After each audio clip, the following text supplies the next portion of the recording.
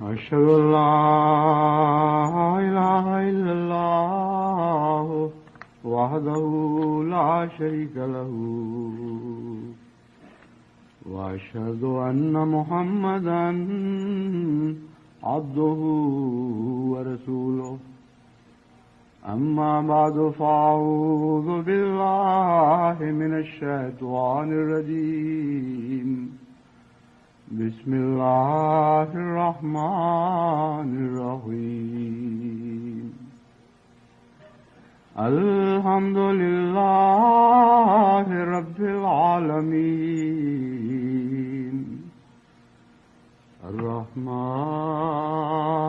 الرحيم مالك يوم الدين إياك نعبد وإياك نستعين اهدنا الصراط المستقيم صراط الذين أنعمت عليهم غير المغضوب عليهم ولا الضالين.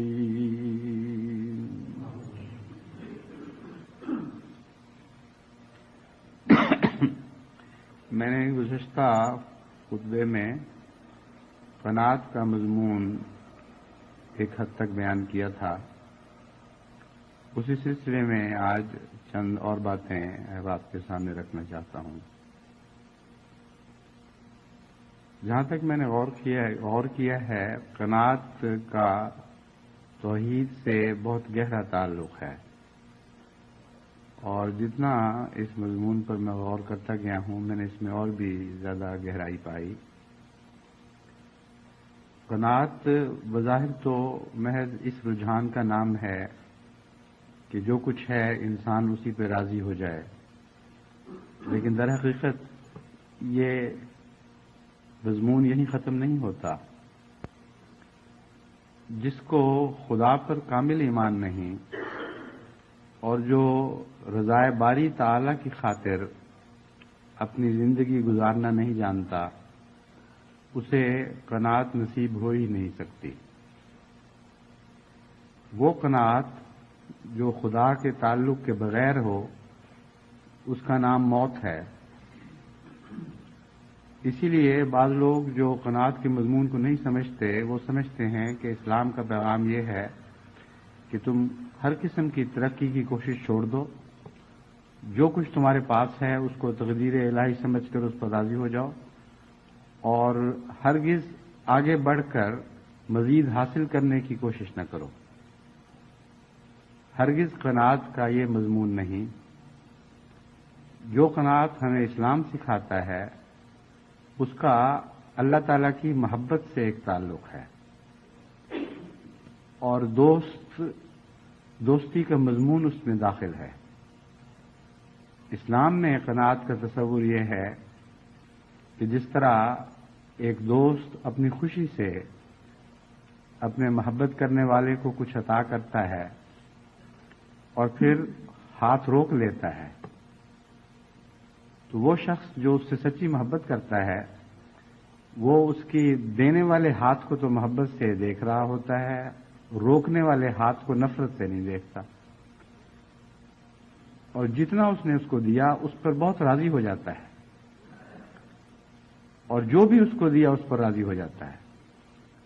قناعت کا مضمون دراصل ایاز اور محمود کے ایک واقعہ کے تعلق سے زیادہ عمدگی سے سمجھایا جا سکتا ہے. ایک دفعہ بیان کیا جاتا ہے کہ محمود نے ایاز کو آزمانے کی خاطر، یا یوں کہنا چاہیے کہ ان اپنے محل کے دیگر وزراء کو سمجھانے کی خاطر کہ میں ایاز سے کیوں خاص طور پر پیار کرتا ہوں، ایک دفعہ محل میں بیٹھ کر ایک ایسا خربوزہ جس کے متعلق اس کو علم تھا کہ انتہائی کڑوا ہے، اس کی ایک کاش کاٹی اور ایاز کو دی ایاز نے وہ کاش کھانی شروع کی اور بہت ہی لطف اٹھایا اور بار بار حمد کرتا رہا اور شکر کرتا رہا. بڑے مزے لے لے کے اس نے وہ کاش کھائی. اس کے بعد دوسرے نمبر پر دوسرے وزراء کے لیے بھی بادشاہ نے وہ کاشیں کاٹنی شروع کی اور دینی شروع کی. یوں کہنا چاہیے کہ ابھی پہلے وزیر کو ایک ہی کاش دی تھی اور اس نے ایک ہی لقمہ لیا تو وہ باہر کی طرف دوڑا تھوکنے کے لیے اور واپس آ کر اس نے کہا بادشاہ سلامت اتنا کڑوا خربوزہ ایسا گندا ایسا بدمزہ میں نے زندگی پر کبھی نہیں کھایا اور مجھے تعجب ہے کہ ایاز کو کیا ہو گیا ہے. اس کو کوئی ذوق نہیں ہے, اس کو پتہ ہی نہیں کہ شیرینی اور کڑواہٹ میں کیا فرق ہے. محمود نے کہا نہیں تمہیں کچھ علم نہیں کہ وفا اور محبت اور دنیا داری کے تعلق میں کیا فرق ہے. محمود نے اس کا جواب دیا. دراصل تو کہانی کے مطابق محمود نے جواب دیا جب اس سے پوچھا گیا. بادشاہ نے دراصل اس سے پوچھا تھا اس کو سمجھانے کی خاطر کہ کیوں محمود یہ کیا بات ہے, یہ تو بتاؤ کہ یہ اتنا کڑوا خربوزہ تم اتنے مزے لے لے کے کیوں کھا رہے تھے. تو اس کا محمود نے ایاز سے پوچھا. ایاز نے یہ جواب دیا کہ بادشاہ سلامت میں ہمیشہ آپ کے ہاتھ سے میٹھی کاشیں کھاتا رہا. مجھے اس کاشیں عطا کرنے والے ہاتھ سے پیار ہے, مجھے آپ سے محبت ہے. اس ایک ہاتھ نے مجھے آج اگر ایک کڑوی کاش بھی دے دی تو میں بڑا ہی بے وفا اور مردود انسان ہوتا اگر اس کڑوی کاش پر اپنی طرف سے منافرت کا اظہار کرتا. اس پر پھر بادشاہ نے مڑ کر دوسرے وزراء کو دیکھا اور بتایا کہ کیوں مجھے ایاز سے زیادہ پیار ہے اور کیوں تم سے کم ہے. تو دراصل قناعت کا مضمون اسلام میں خدا تعالیٰ کی محبت سے گہرا تعلق رکھتا ہے. وہ مومن جو خدا کو رازق سمجھتا ہے اور جانتا ہے کہ خدا نے تقدیریں بنائی ہیں اور خدا نے جو کچھ دیا اس کو ہم زور بازو سے پھیلا کر بڑا نہیں کر سکتے اگر وہ اور نہ دینا چاہے. اس مضمون کو اگر انسان سمجھ لے تو خدا نے جتنا بھی دیا ہے اس پر کسی حالت میں بھی ناراض نہیں ہو سکتا. اور پھر اس پر راضی رہنے کا مضمون یہ نہیں ہے کہ مزید کی کوشش نہ کرے, بلکہ راضی رہنے کا مضمون یہ ہے کہ خدا نے دیے ہوئے کو وسیع کرنے کے لیے جو خود راستے تجویز کر دیے ہیں انہی رضا کے رستوں پر چل کر اپنے رزق کو بڑھانے کی کوشش کرے. کیونکہ وہ رضا سے اللہ کی رضا کے خلاف کسی جگہ قدم نہیں مارے گا, بلکہ خدا نے رزق بڑھانے کے لیے خود متعدد رستے تجویز فرما دیے ہیں اور رزق کی وسعت کے لیے ایک عظیم الشان نظام مقرر فرما دیا ہے. تو خدا کی رضا سے خدا کی رضا کی راہوں پر قدم مارنے کو قناعت کے خلاف نہیں سمجھنا چاہیے, بلکہ قناعت کا حقیقی مضمون اس میں داخل ہے. جو چیز رضا سے حاصل ہوگی وہ ہم ضرور حاصل کریں گے اور تھوڑی رضا کو زیادہ رضا میں تبدیل کریں گے. اس لیے مومن کی جد و جہد کا رستہ کبھی بھی رک نہیں سکتا, لامتناہی رستہ ہے, ایک نہیں بلکہ متعدد رستے ہیں. ہر طرف خدا کی رضا کے مضمون کو بڑھانے کے لیے, خدا کی رضا کو بڑھانے کی خاطر خدا کی رضا کی راہیں اس کے لیے بازو کھولے کھڑی ہیں. ہاں جس وقت اس نے رضا کی راہوں سے باہر قدم رکھ کر اپنے رزق کو بڑھانے کی کوشش کی, وہیں وہ قناعت کی چار دیواری سے باہر نکل جاتا ہے اور اس کی پھر کوئی حفاظت نہیں ہوتی. تو توحید کا خدا قناعت کے ساتھ ایک گہرا تعلق ہے, یعنی اسلام جو قناعت کا تصور پیش کرتا ہے اس کے ساتھ گہرا تعلق ہے. اور قناعت قوم مسلمانوں کو اور مومنوں کو بے بس نہیں کر دیتی, بلکہ ان کے لیے مزید وسعت کے سامان فرماتی ہے. ایک دفعہ حضرت اقدس محمد مصطفیٰ صلی اللہ علیہ وآلہ وسلم نے فرمایا کہ دیکھو غنی وہ نہیں ہوا کرتا جس کے پاس بے شمار دولت ہو, بلکہ غنی وہ ہے جس کا دل غنی ہو, جس کو غنا نفس عطا ہوئی ہو. اس میں دو مضمون خاص طور پر قابل توجہ ہیں۔ ایک یہ کہ جیسا کہ میں نے گزشتہ خطبے میں بھی بیان کیا تھا، اگر اپنے نفس کی خواہش کے پیچھے چل کر اس کو ہر قیمت پر پورا کرنے کے لیے آپ اپنی وسعتیں بڑھانے کی کوشش کریں تو ناممکن ہے کہ آپ اپنے نفس کو کسی مقام پر بھی مطمئن کر سکیں۔ حضرت صلی اللہ علیہ وآلہ وسلم نے ایک اور موقع پر فرمایا کہ انسان کا تو یہ حال ہے کہ اس کی خواہشات ہمیشہ اس سے آگے آگے بھاگتی ہیں اور اس کی زندگی اپنی خواہشات سے بہت ہی چھوٹی ہے۔ پھر ایک اور مضمون ہے جو قرآن کریم میں بھی بیان ہوا کہ جہنم حال میں مزید کہتی ہے، جتنا بھی اس کا پیٹ بھرو وہ مزید کا مطالبہ کرتی چلی جاتی ہے، اور ہوا کا جہنم سے گہرا تعلق ہے۔ اس سلسلے میں مزید آگے جا کر روشنی ڈالوں گا۔ تو ہوا کی پیروی اس جہنم تک تو پہنچا سکتی ہے جس کا پیٹ کبھی بھر نہیں سکتا۔ تو وہ شخص کیسے امیر ہو گیا جس کی ضروریات یعنی بڑھتی ہوئی ضروریات نفس کی طلبیں اس کی توفیق سے ہمیشہ آگے ہوں۔ امیر تو وہ ہوا کرتا ہے جس کی ضرورتیں پوری ہو سکیں۔ جس غریب کی ضرورتیں ہی پوری نہیں ہو سکتی کیونکہ ضرورتیں بڑھتی چلی جاتی ہیں، وہ امیر کیسے کہلا سکتا ہے؟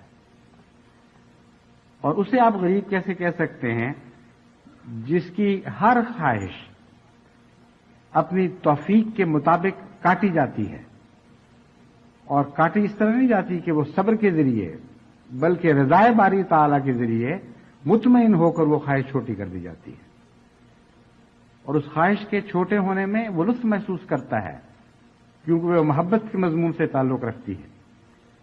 وہ خواہش جو کم ہوئی ہے خدا کی رضا اور اس کے پیار کی خاطر کم ہوئی ہے، اس لیے ایک کانے کے لیے ہمیشہ جنت ہی جنت ہے۔ دوسرا پہلو جو حضرت صلی اللہ علیہ وآلہ وسلم نے ہمیں سمجھایا وہ یہ ہے کہ غنی کا معنی صرف کانے نہیں ہے بلکہ اصل معنی اس کا یہ ہے کہ بہت بڑا مالدار۔ چنانچہ اللہ تعالیٰ فرماتا ہے کہ تم فقراء ہو خدا کے سامنے حضور، خدا غنی ہے۔ خدا کے لیے جب غنی کا لفظ استعمال ہوتا ہے تو کانے کے معنوں میں ہرگز نہیں بلکہ اپنے وسیع تر معانی میں کہ جس کے پاس سب کچھ ہے، اور قانعیت سے اس کا صرف اتنا تعلق ہے کہ کانے کی بھی ہر بات پوری ہو جاتی ہے اور غنی کی بھی ہر بات پوری ہو جاتی ہے۔ تو اس میں خدا حضرت صلی اللہ علیہ وآلہ وسلم نے ہمیں ایک خوشخبری بھی عطا فرمائی ہے کہ اگر تم حقیقتاً غنی بننا چاہتے ہو تو پہلے کانے کی حیثیت سے غنی بنو۔ اگر تم کانے کی حیثیت سے غنی بنو گے تو پھر خدا تعالیٰ تمہیں دوسری غنا بھی عطا فرمائے گا، اور مستقبل انہی قوموں کا ہوا کرتا ہے جو پہلے بحیثیت کانے غنی بن جایا کرتے ہیں، وہی دنیا کی دولتوں پہ بھی قابض اور مالک ہو جایا کرتے ہیں۔ وہ لوگ جن کو قناعت کی غنا نصیب نہیں وہ اپنے آباء و اجداد کی دولتیں بھی ہاتھوں سے ضائع کر دیا کرتے ہیں۔ اس لیے حقیقت میں اپنے رزق کو بڑھانا اور اپنی دولتوں کو وسیع تر کرنا اس مضمون سے گہرا تعلق رکھتا ہے۔ ویسے تو دنیا والے بھی دولتوں میں جو اپنی ساری زندگی دولتوں کی کمائی کی خاطر گنوا دیتے ہیں ضرور کچھ نہ کچھ حاصل کرتے ہیں۔ بحیثیت مجموعی بہت بڑی بڑی امیر قومیں دنیا کی حرص کی پیروی میں انسانی زندگی کے پردے پہ ابھرتی رہتی ہیں، لیکن یہاں جو وعدہ ہے اس کا یہ مطلب نہیں کہ دولت تمہیں عطا کر دی جائے گی خواہ اس دولت کے نتیجے میں تمہیں کچھ بھی ہو جائے۔ دنیا کی قوموں کی دولت اور اس دولت میں جس کا حضرت صلی اللہ علیہ وآلہ وسلم وعدہ دے رہے ہیں ایک بہت بڑا فرق ہے۔ دنیا کی کمائی ہوئی دولت یعنی دنیا کی خاطر دولت کو کمانا یا ہوائے نفس کی خاطر دولت کو کمانا ممکن ہے، اس کے نتیجے میں بھی دولت میں بہت اضافہ ہو سکتا ہے اور رزق میں وسعت ہو سکتی ہے، لیکن ایسی دولت کبھی بھی انسان کو غنی نہیں بنا سکتی۔ آپ امیر ملکوں پر نظر ڈال کر دیکھ لیں، امریکہ کے حالات دیکھیں، یورپ کے ممالک کے حالات دیکھیں، آپ کو دولتیں تو وہاں دکھائی دیں گی، لیکن غنا کی جو سچی تعریف ہے کہ جو کچھ تمہیں میسر جو کچھ تم چاہتے ہو تمہیں میسر ہو گیا ہے، اس کا جواب دنیا کے ہر امیر ملک میں نئی کے طور پر آئے گا۔ ان کی دولتوں کے اضافے کے ساتھ ان کی تمنائیں اتنی تیزی سے بڑھ رہی ہیں، ان کی خواہشات کے اوپر کوئی پابندی اور کوئی روک نہیں ہے کہ ہمیشہ وہ اپنے آپ کو ایک طلب کی حالت میں پاتے ہیں۔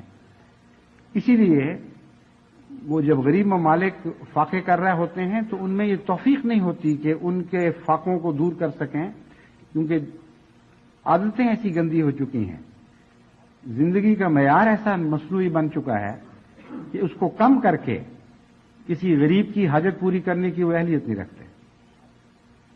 تھوڑا بہت زائد صدقے کے طور پر دے دیتے ہیں، دکھاوے کے طور پر دے دیتے ہیں، لیکن کانے حقیقت میں دوسرے کی مدد کر سکتا ہے۔ غیر کانے کو سچے رنگ میں دوسرے کی مدد کرنے کی بھی توفیق نہیں ملتی۔ بس وہ غنی کیسا ہوا جو کسی ضرورت مند، کسی محتاج کی صحیح معنوں میں مدد کرنے کے بھی اہلیت نہیں رکھتا، اپنے نفس کی زنجیروں میں جکڑا ہوا ہے، اس کی خواہشات ہمیشہ اس سے آگے آگے جا رہی ہیں۔ یہاں آپ انگلستان کے کسی بھی طبقے کا جائزہ لیں، ان کی جتنی تنخواہیں بڑھتی ہیں اتنا ہی ان کی مطالبے بھی ساتھ بڑھ جاتے ہیں، اور یہ ایک ایسا سلسلہ جاری ہے جس کے نتیجے میں پھر یہ اقتصادی نظام بالآخر لازماً تباہ ہو جایا کرتے ہیں۔ ایسے وقت آتے ہیں کہ قومیں اپنے مستقبل کی آمدنیں خرچ کر چکی ہوتی ہیں، اپنی اولادوں کے مستقبل گروی رکھوا چکی ہوتی ہیں، اور بالآخر ان نظاموں نے بہرحال بحران کا شکار ہونا ہے۔ تو آپ کو بظاہر جو غنا نظر آ رہی ہے فی الحقیقت غنا نہیں ہے۔ حضرت صلی اللہ علیہ وآلہ وسلم کی عارفانہ تعریف کی روح سے یہ غنا نہیں ہے۔ وہ غنا وہی ہے جو قناعت کے ساتھ ہاتھ میں لا کر آگے اور قدم میں لا کر آگے بڑھتی ہے، اور اس کے نتیجے میں پھر سچی غنا نصیب ہوتی ہے۔ اور دنیا کی دولتیں، جن کو آپ دنیا کی دولتیں سمجھتے ہیں، وہ بھی در حقیقت کانے غنی کو بالآخر نصیب ہوا کرتی ہیں، اور ان کی اولادیں اور پھر ان کی اولادیں جب تک وہ قناعت کی حدود میں رہتے ہوئے خدا کی رضا کی مزید زمینوں اور مزید رستوں کی تلاش کرتے رہتے ہیں، اللہ تعالیٰ کے فضل کے ساتھ ان کے رزق، ان کی غنا میں ہمیشہ وسعت ہوتی چلی جاتی ہے۔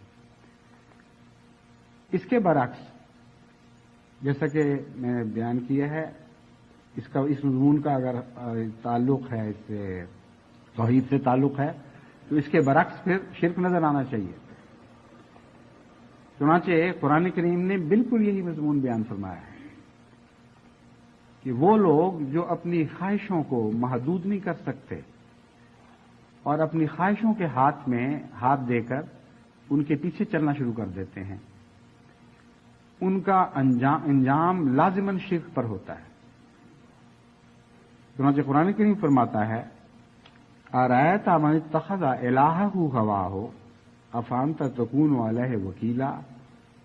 یا محمد صلی اللہ علیہ وآلہ وسلم، أَرَأَيْتَ مَنِ اتَّخَذَ إِلَٰهَهُ هَوَاهُ، کیا تو نے دیکھا نہیں ایسے شخص کو جو اپنے نفس کی خواہش کو اپنا معبود بنا لیتا ہے؟ أَفَأَنتَ تَكُونُ عَلَيْهِ وَكِيلًا، تو نگرانی کی اعلیٰ صفات سے مرصع ہے، تجھے ہم نے بہترین وکیل بنایا ہے، لیکن ایسے شخص کا تو بھی وکیل نہیں بن سکتا، کیونکہ ایسا شخص اگر تیرے سپرد کر دیا جائے جس کے اوپر کوئی بھی ضابطے کی پابندی نہیں، جس نے اپنے ہوا کی پیروی بہرحال کرنی ہے، اس کی تو کیسے ضمانت دے سکتا ہے؟ بس دنیا میں بھی آپ کبھی کسی ایسے شخص کی ضمانت نہ دیں جو قانے نہیں ہے، کیونکہ جو قانے نہیں ہے اس کے اوپر کوئی حد قائم نہیں کی جا سکتی۔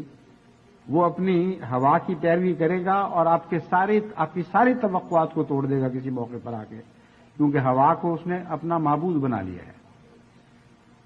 آغاز میں تو ایسا نہیں ہوا کرتا، لیکن بالآخر ایسا ہو جایا کرتا ہے، کیونکہ یہ رستہ شرک کا ہے۔ اس لیے میں یہ نہیں کہتا کہ ہر وہ شخص جو قانع نہیں ہے وہ لازماً مشرک ہے.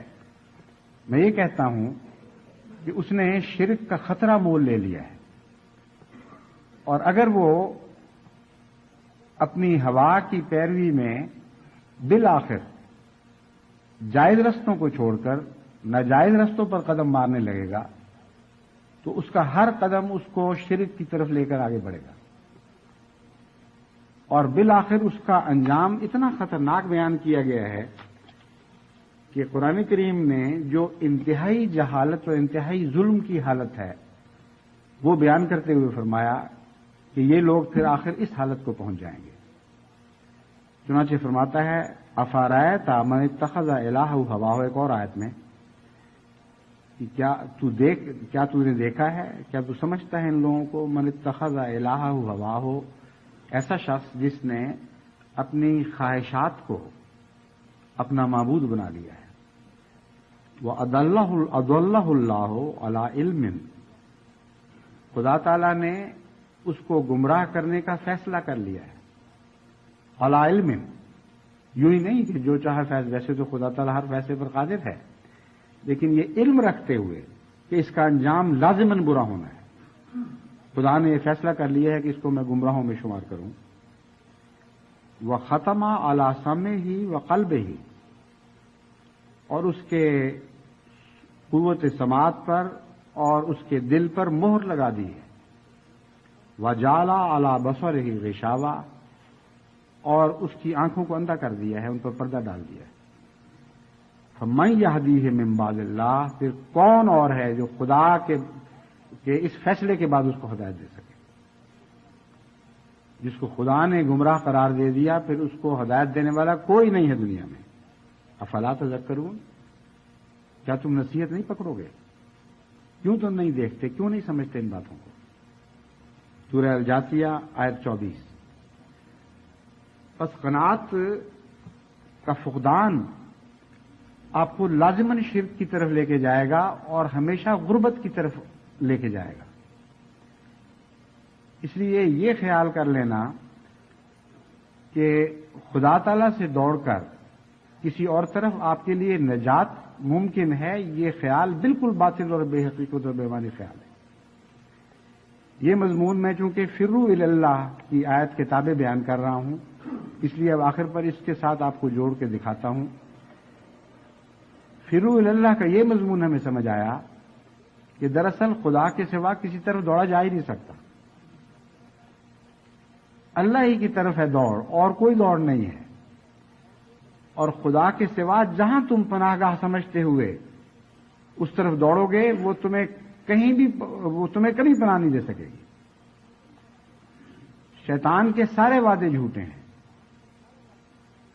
وہ جتنی تمہاری تمناؤں کو انگیخت کرتا ہے اور کہتا ہے کہ ہاں میری طرف آؤ، میں تمہیں پوری کر کے دکھاؤں گا، وہ سمندر کے پانی کی طرح کچھ پانی تو دے سکتا ہے جو پیاس بجھانے کی بجائے مزید آگ لگا دے اور معدے کے ساتھ سینہ بھی بھڑک اٹھے، لیکن وہ نہ معدے کو مطمئن کر سکتا ہے نہ سینے کو تسکین بخش سکتا ہے. اس لیے فروا الی اللہ کا مضمون یہ ہے کہ خدا کی طرف دوڑو، کیونکہ اس کے سوا دوڑنے کی راہ ہی کوئی نہیں ہے. اور اگر تم خدا کے سوا کسی طرف دوڑنے کی کوشش کرو گے تو ایک دوسری آیت ہمیں بتاتی ہے اینما تولوا فثم وجہ اللہ، تم ہرگز نہیں دوڑ سکو گے. جدھر منہ کرو گے خدا کی تقدیر تمہارے رستے روکے ہوئے کھڑی ہوگی اور تمہیں کہے گی کہ ہم تمہیں خدا سے نہیں دوڑنے دیں گے. کسی قیمت پر تم اپنے آپ کو خدا کی تقدیر سے پھر بچا نہیں سکو گے. ثم وجہ اللہ کا ایک مطلب یہ ہے کہ تم اگر محبت سے خدا کی طرف دوڑو گے تو جدھر منہ اٹھاؤ گے، جدھر دیکھو گے وہاں تمہیں خدا ہی خدا دکھائی دے گا.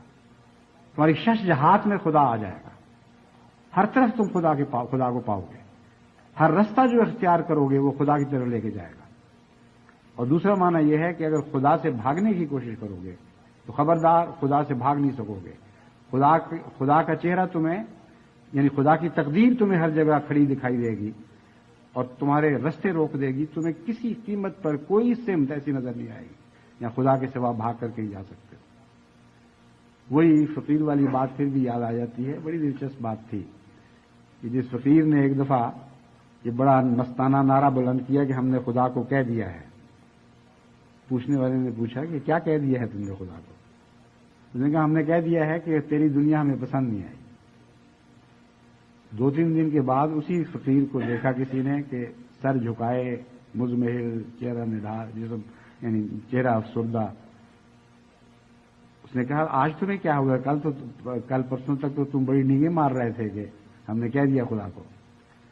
اس نے کہا خدا کا جواب آ گیا ہے. کہ کیا جواب آیا ہے؟ جواب یہ آیا ہے کہ پھر جس کی دنیا پسند آئی ہے اس کی دنیا میں چلے جاؤ. کیسا عجیب جواب ہے، کیسا عارفانہ کلام ہے. خدا کے سوا دنیا ہی کسی کی نہیں ہے. فَأَيْنَمَا تَوَلُّوا فَثَمَّ وَجْهُ اللَّهِ کی تفسیر ہے جو اس کو بیان عطا فرمائی گئی. تم جاؤ گے کہاں؟ نہیں پسند آئے گی تو تبھی بھی یہی رہنا پڑے گا. یہی قناعت ہے. یا مجبوراً اپنے دل پر قہرن اور جبرن اپنے دل کو مجبور کرتے ہوئے تمہیں خدا ہی کی دنیا میں رہنا پڑے گا. اور کوئی دنیا نہیں ہے جو تمہیں پناہ دے سکے گی. یا پھر دوسرے رستے کے ذریعے آؤ. خدا تعالیٰ فرماتا ہے جب ہم نے کائنات کو بنایا تو اسے کہا کہ آ جاؤ میری طرف، تو نو کر آنا تو تمہیں ہے بہرحال اور کوئی جگہ ہی نہیں جانے کی. تم نے بالآخر میری طرف لوٹنا ہے. یا جبر کی صورت میں آؤ یا اطاعت کرتے ہوئے اور محبت اور شوق سے چلے آؤ. اس لیے قناعت جو اسلام پیش کرتا ہے اس کا مضمون یہ ہے کہ تم محبت کی قناعت اختیار کرو، رضا کی قناعت اختیار کرو. اس میں تمہارے لیے جنت ہے. ورنہ تمہارے لیے چارہ کوئی نہیں، کیونکہ جو کچھ تم چاہتے ہو خدا کی مرضی کے سوا تمہیں نصیب پھر بھی نہیں ہو سکے گا. تم دنیا کی طرف بھاگو گے لیکن خدا کی تقدیر سے بھاگنے نہیں دے گی. جس چین اور جس سکون کی تم تلاش کر رہے ہو وہ سکون اور وہ چین تم سے آگے آگے بھاگے گا، تمہیں چڑھاتا ہوا، تمہیں اور دکھ دیتا ہوا. وہ تمہارے ہاتھ کبھی بھی نہیں آ سکے گا. بس جماعت کو قناعت کے مضمون کو خوب سمجھنا چاہیے اور توحید کے ساتھ جو اس کا تعلق ہے اس کو اچھی طرح زیر نظر رکھنا چاہیے، دل نشین کرنا چاہیے. کیونکہ ہم خدا تعالیٰ کے فضل سے یہ عہد کیے ہوئے ہیں کہ خدا کی توحید کو قائم کرنے کے لیے ہر طرح سے تیار ہو کر اور ہر قسم کے ہتھیاروں سے سج کر ہم اگلی صدی میں داخل ہوں گے اور ساری امت کو، ساری دنیا کو انشاءاللہ امت واحدہ بنا دیں گے. اس کے بعد میں اس مضمون کو سرِ دست چھوڑتا ہوں اور آج میں مباہلے کے متعلق کچھ آپ کے سامنے چند باتیں رکھنی چاہتا ہوں.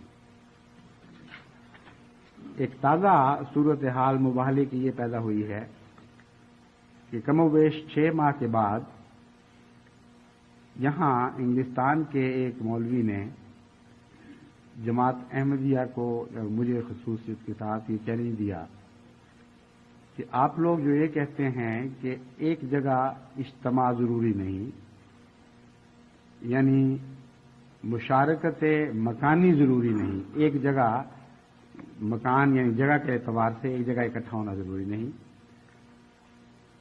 تو ہم آپ کے لیے ایک اور صورت پیش کرتے ہیں. گویا کہ نعوذ باللہ وہ پیروی کر رہے ہیں ہماری اور ہم بھاگ رہے ہیں. حالانکہ ہم ان کے پیچھے جا رہے ہیں. ہم تو یہ دعویٰ کرتے ہیں کہ ہم کہہ چکے ہیں جو کہنا ہے خدا کے حضور، لعنت ڈال چکے ہیں جھوٹوں پر. تمہیں ضرورت ہے تم بھی ڈال کے دکھا دو، یہ بات تھی صرف. لیکن دنیا کو دھوکہ دینے کی خاطر اور شاید اس خیال سے کہ ہم اس بات کو مانیں گے نہیں، انہوں نے یہ ایک مضمون شائع کر کے سب جگہ بھجوایا، صرف ہمیں نہیں بھجوایا. اس سے مجھے یہ جو شبہ ہے اور قوی ہوتا ہے کہ ان کی نیت یہ تھی کہ ان کو پتہ ہی نہ لگے، غیر احمدیوں میں تقسیم ہو گیا مضمون، ہمیں نہیں بھجوایا گیا. اور مضمون یہ تھا کہ ہم 23 دسمبر کو جو جمعہ ہے اس میں آپ کو دعوت دیتے ہیں کہ مشارکت مکانی نہیں تو مشارکت زمانی کر لیں. یہ مولویانہ محاورہ ہے. مراد یہ ہے کہ آپ ایک جگہ اکٹھا نہیں ہونے چاہتے تو ایک وقت میں اکٹھے ہو جائیں اور کوئی وقت مقرر کر لیں.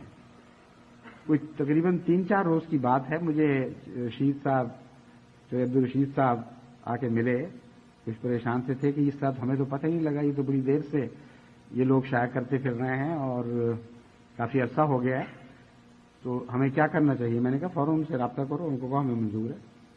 اگرچہ ہمارا موقف یہی ہے کہ اس قسم کی جو انہوں نے مشارکتیں بنائی ہوئی ہیں اس کی ضرورت نہیں ہے، بلکہ صرف اس اتفاق کی ضرورت ہے ذہنی طور پر کہ ہم خدا کے حضور اپنا سب کچھ، اپنے مال و دولت، اپنی عزتیں، اپنے بچے، اپنے مرد اپنی عورتیں لے کر حاضر ہو جاتے ہیں، یہ نہیں کسی خاص جگہ پر یہ سب کو سمیٹ کر گلوں کی طرح حاضر ہو رہے ہیں، بلکہ خدا کے حضور پیش کر رہے ہیں اور یہ عرض کرتے ہیں کہ اے خدا اگر ہم جھوٹے ہیں تو ہم پر لعنت کر، اور اگر ہمارے دشمن جھوٹ بول رہے ہیں اور ظلم سے باز نہیں آ رہے تو ان پر لعنت کر۔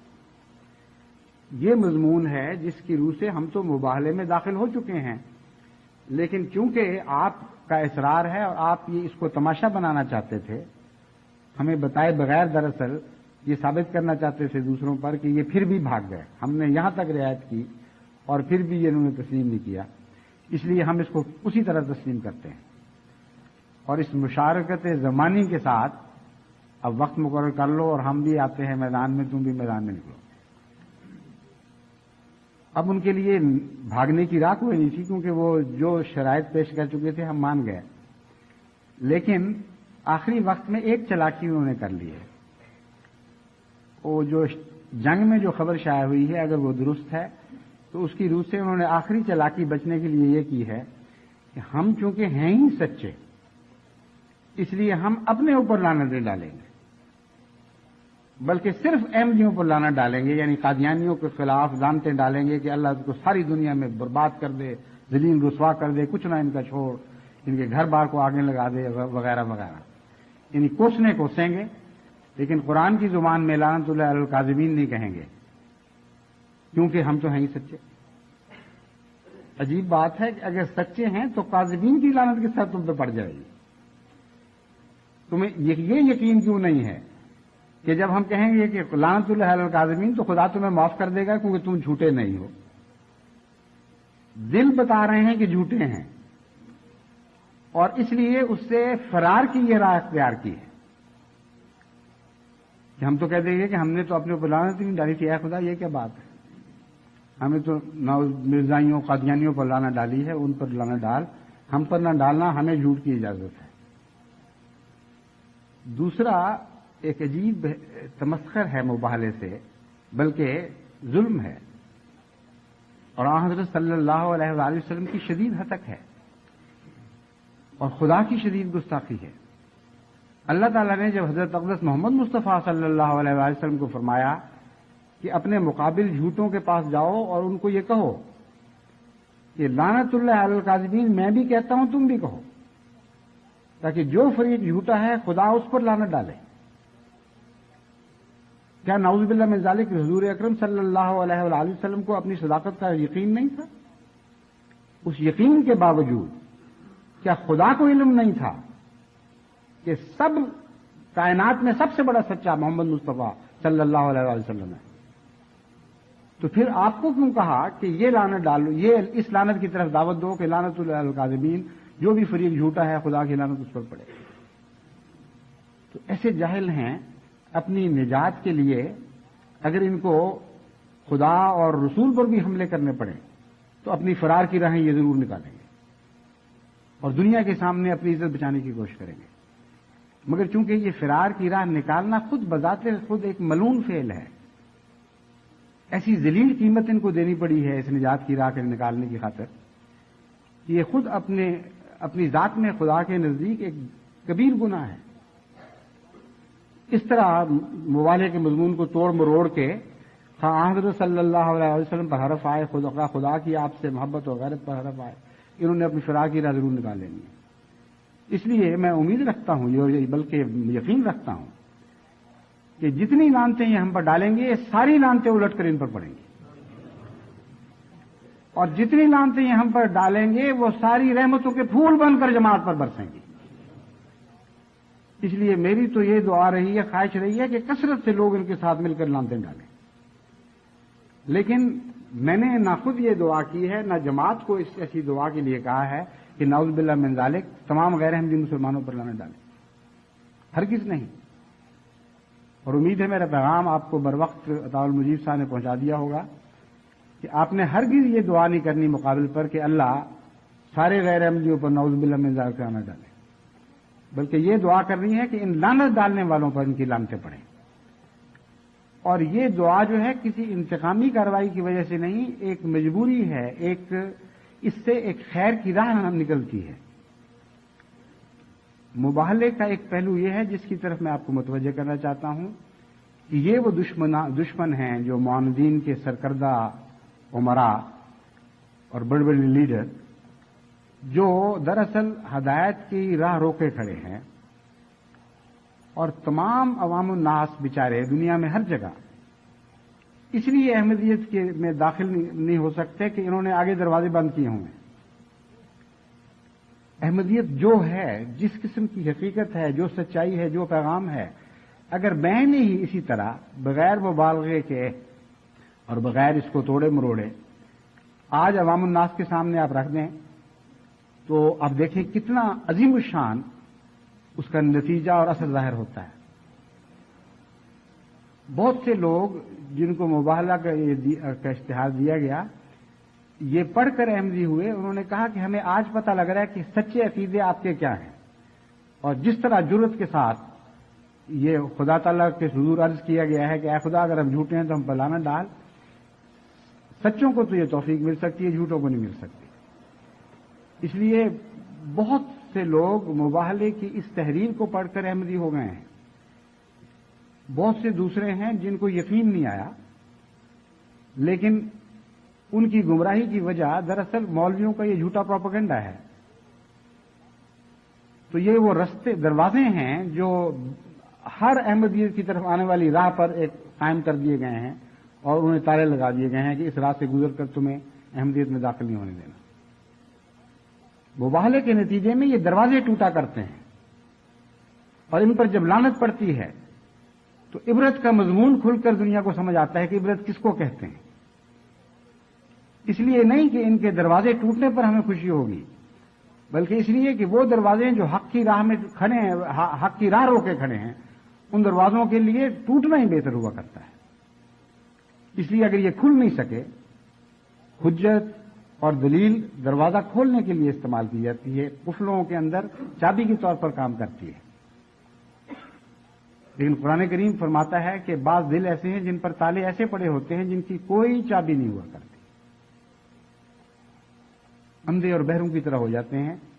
بس مباہلہ کا مطلب یہ ہے کہ اے خدا ان دروازوں کو توڑ دے، ان تالوں کے ٹکڑے ٹکڑے کر دے، اور دین کی ترقی اور سچائی کی ترقی کی راہیں کشادہ کر دے، تاکہ سب لوگ جوق در جوق پھر ان راہوں سے صداقت میں داخل ہو سکیں۔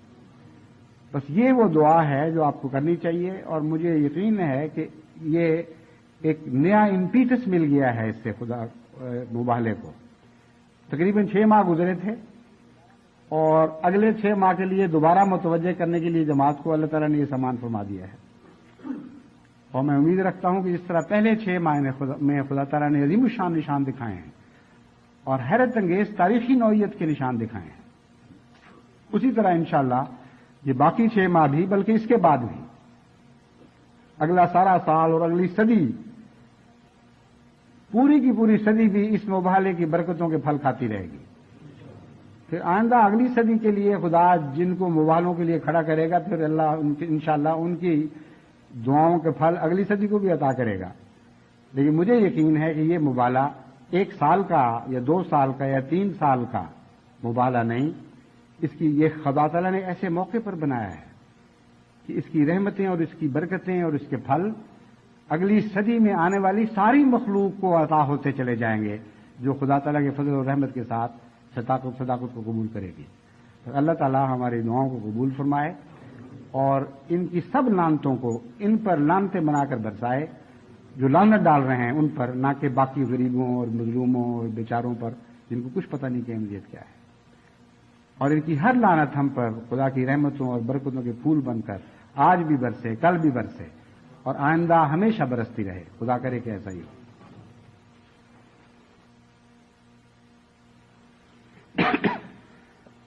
الحمد لله نحمده ونستعينه ونستغفره ونؤمن به ونتوكل عليه ونعوذ بالله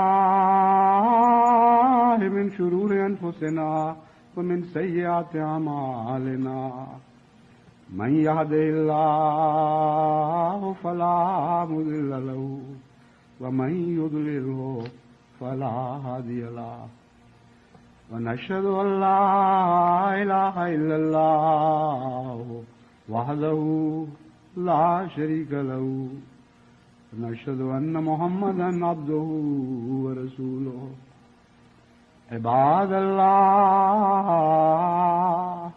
رحمكم الله إن الله يأمر بالعدل والإحسان وإيتاء ذي القربى وينهى عن الفحشاء والمنكر والبغي يعظكم لعلكم تذكرون اذكروا الله يذكركم وادعوه يستجب لكم